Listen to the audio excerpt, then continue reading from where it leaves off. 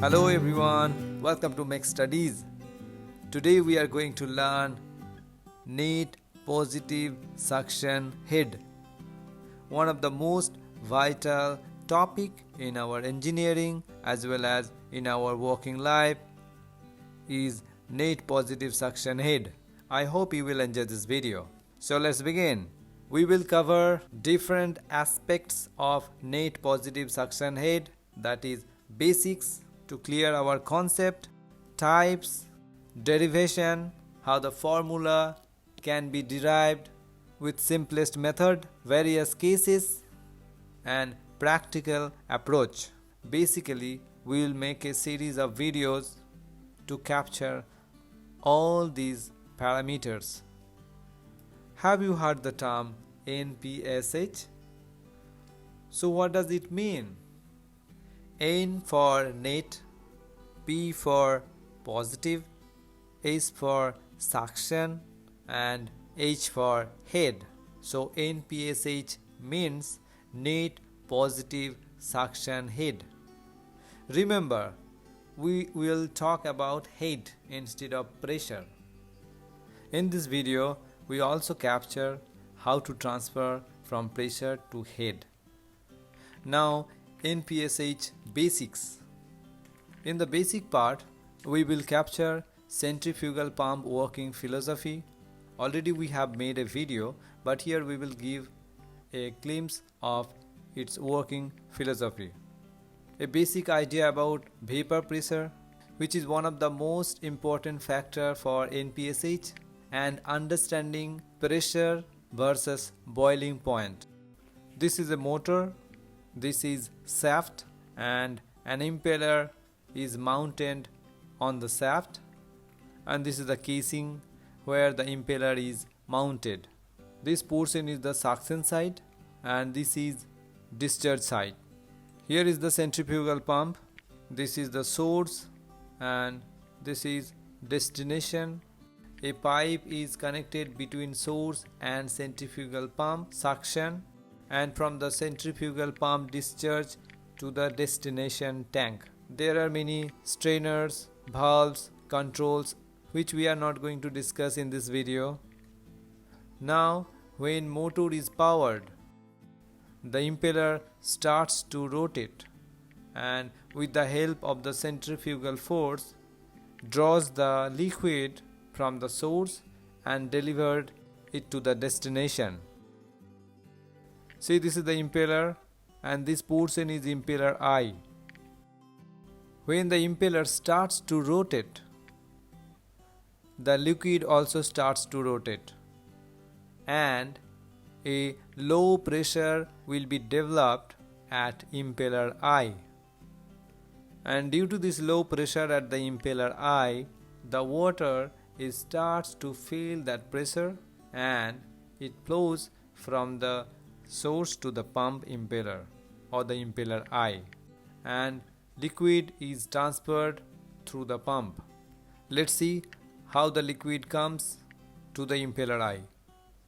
Let's try this phenomena with a centrifugal pump cut section.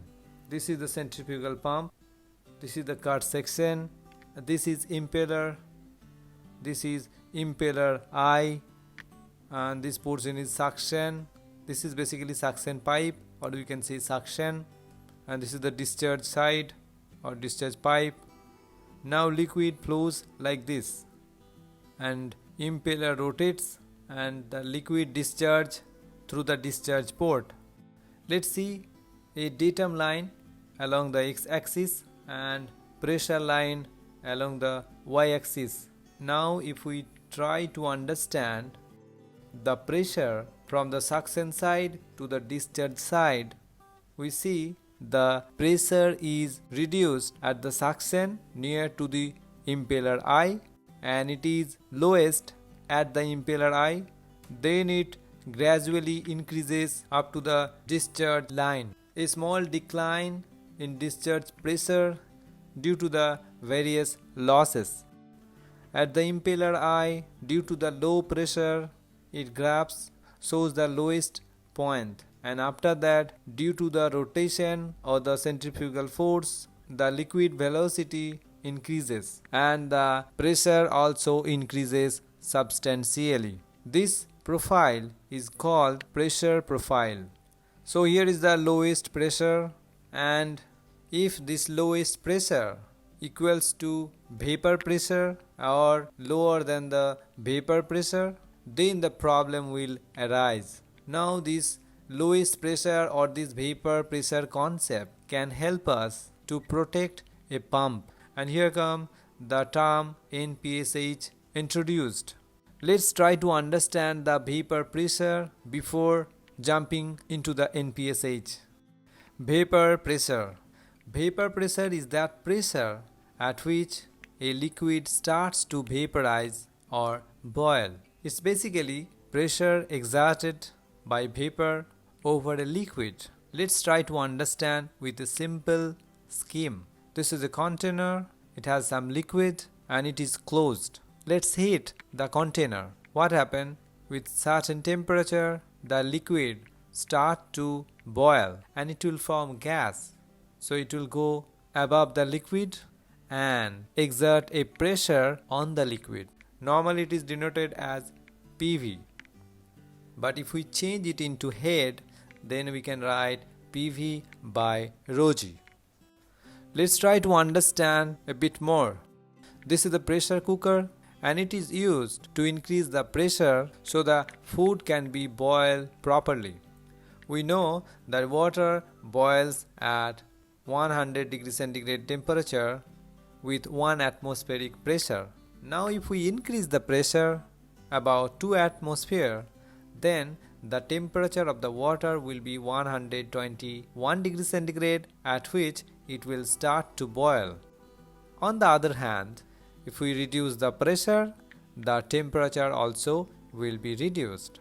Let's see the absolute pressure versus boiling temperature. So this is the graph.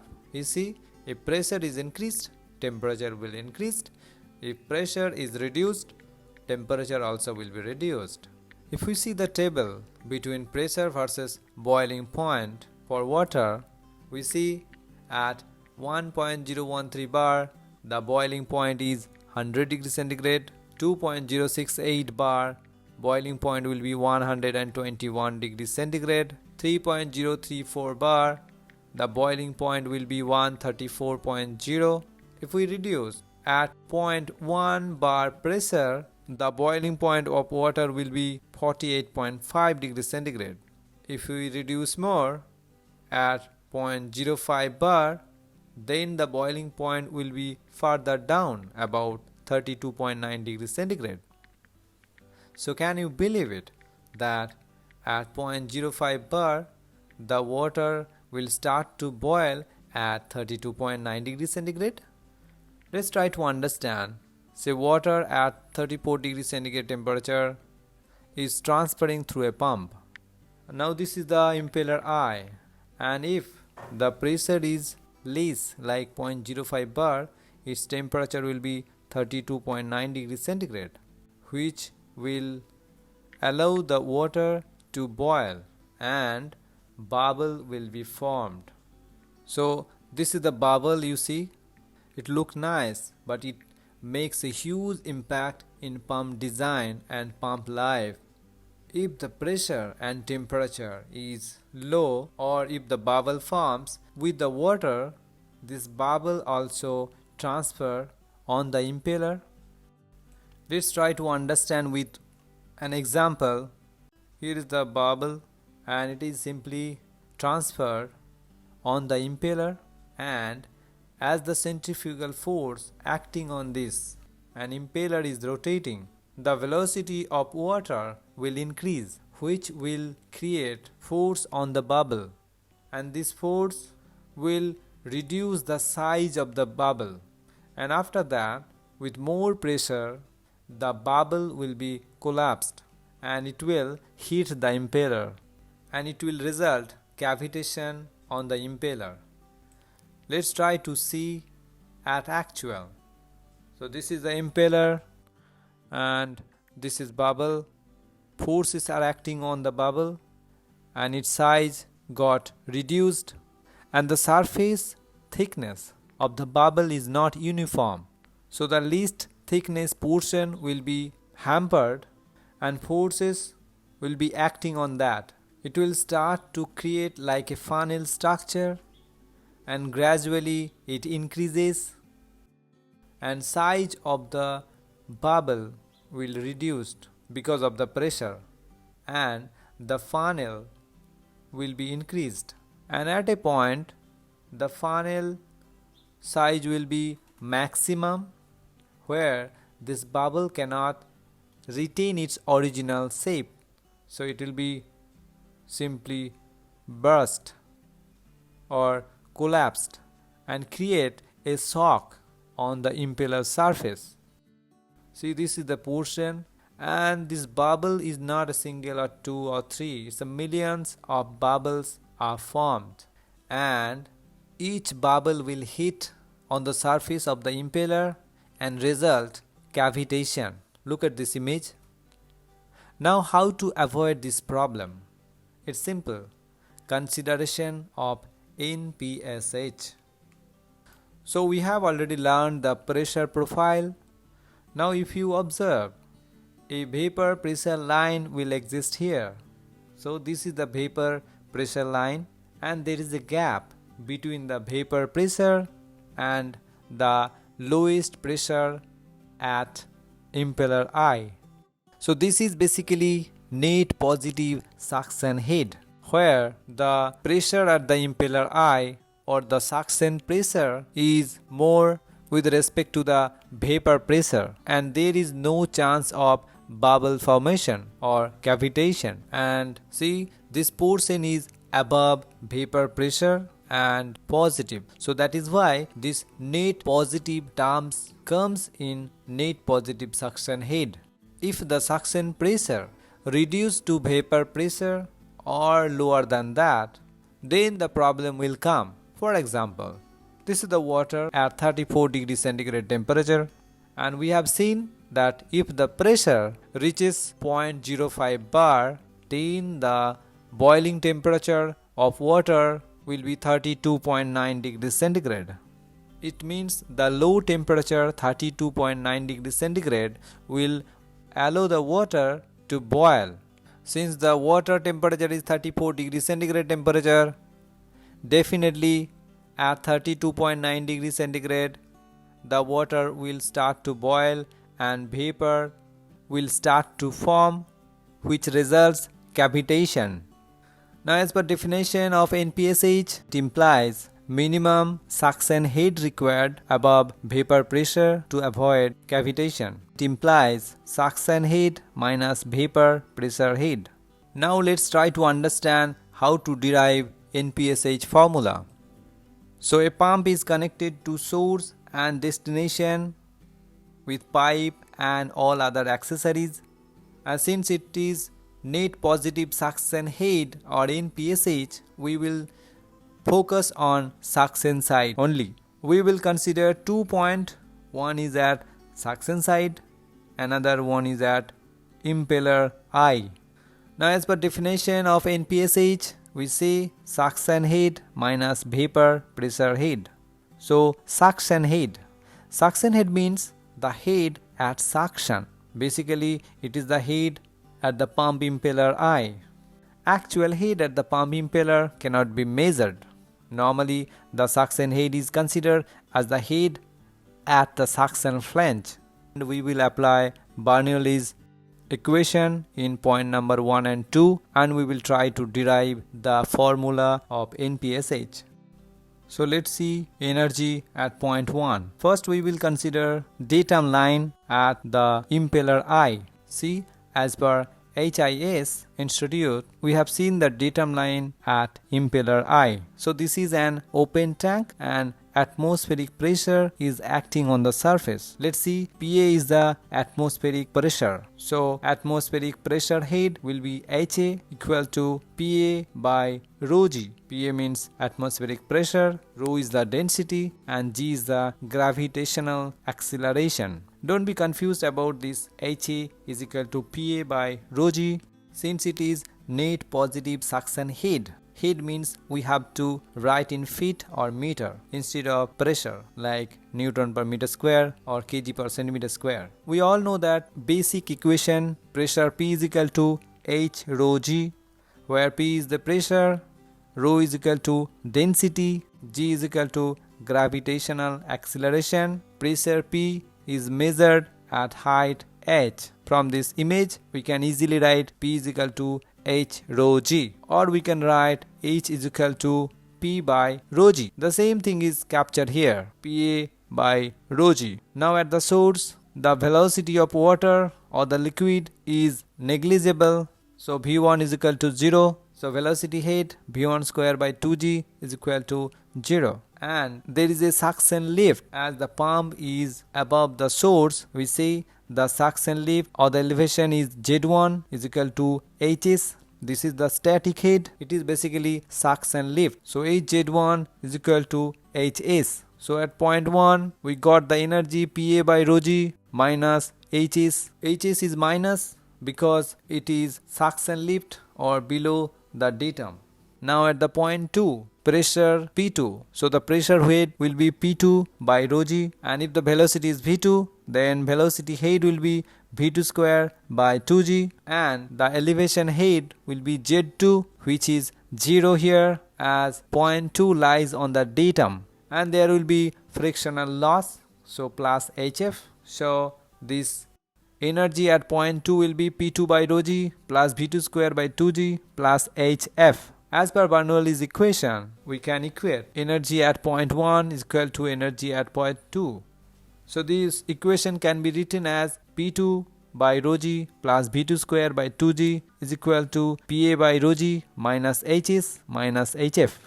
Now as per definition of NPSH, we say suction head minus vapor pressure head. So there will be two components at suction head. One is static head, another one is velocity head.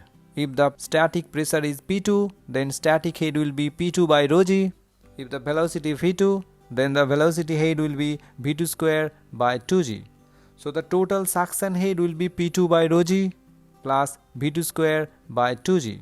So from this equation we can write suction head is equal to P2 by rho g plus V2 square by 2g, and vapor pressure head means PV by rho g, where PV is the vapor pressure, and since we are writing in terms of head, we write PV by rho g, and it should be greater than 0.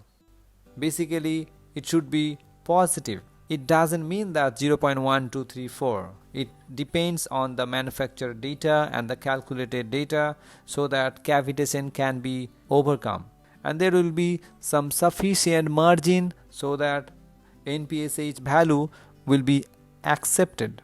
This NPSH is called as NPSH A or NPSH Available. From this P2 by rho g plus V2 square by 2g value, we can write NPSH A is equal to Pa by rho g minus Hs minus Hf minus PV by rho g. So this is the formula of NPSH A or NPSH Available. Now in terms of head, we can write atmospheric pressure head Pa by rho g is equal to Ha, and PV by rho g, that the vapor pressure head, PV by rho g equal to HV. So the equation becomes NPSH A is equal to Ha minus Hs minus Hf minus Hv. NPSH Available, we have learned that NPSH A is equal to Ha minus Hs minus Hf minus Hv, where the pump is located above the source. NPSH Available means it is a system property calculated from the suction side system configuration. It is essentially the suction side pressure head less than the vapor pressure head. We have learned NPSH formula where the pump is located above the source. Now what if the pump is located lower the source level? Then it is simple. Only the suction head sign will be changed. So it will be Ha plus Hs minus Hf minus Hv. So NPSH A formula will be Ha plus minus Hs minus HF minus HV. Now another one type NPSH is NPSH Required or NPSH-R. It is the value that is given by manufacturers to buyers by catalog or brochure. This value keeps varying with pump design, operating speed of the pump, and the capacity of the pump. This value is different for different models of the same company. These parameters are meticulously computed by the firm itself through the real world experimentation. In order to get these values, pump is tested with different suction lifts. By this, a minimum value is obtained. The noise of the pump is also minimum in this case. This makes it cavitation free. This will help in the improvement of the lifetime of this pump. So NPSH-R means the minimum head required at the suction of the pump to keep the pump safe from cavitation, which is given by the pump manufacturer. And NPSH derivation for tank on higher elevation, pressurized tank, everything I will capture in the next video. In addition, NPSH margin, NPSH A versus NPSH-R, NPSH graph, how to prevent cavitation, solve problems. These all will be captured to get 100% knowledge on NPSH. So thank you so much.